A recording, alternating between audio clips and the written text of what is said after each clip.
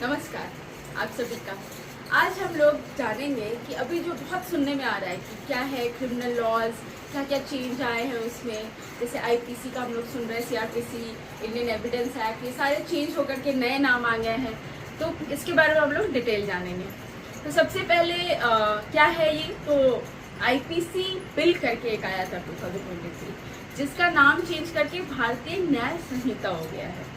और similarly CrPC का नाम चेंज करके भारतीय न्याय संहिता सुरक्षा संहिता हो गया है। और फिर आईए का नाम चेंज होकर के भारतीय साक्ष्य अधिनियम हो गया है।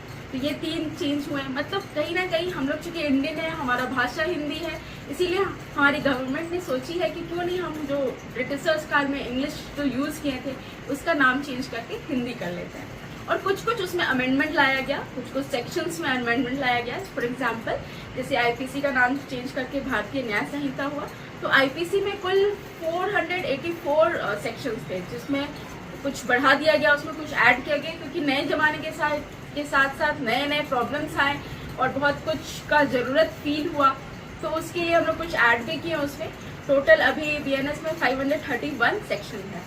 कुछ हम लोग एग्जाम्पल देखेंगे कि कहाँ चेंज हुआ है। तो किन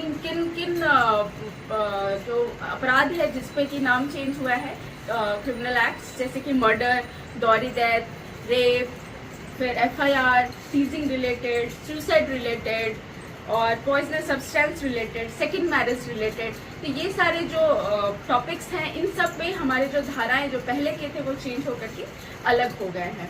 अब 420 हम लोग प्राय कहते हैं कि चोरी किया है 420 है वो आदमी 420 है, वो ऐसा नहीं रहेगा। अब 420 चेंज हो गया है। अब हम लोग 318 शायद बोलते हैं, 318 आ गया है देखिए।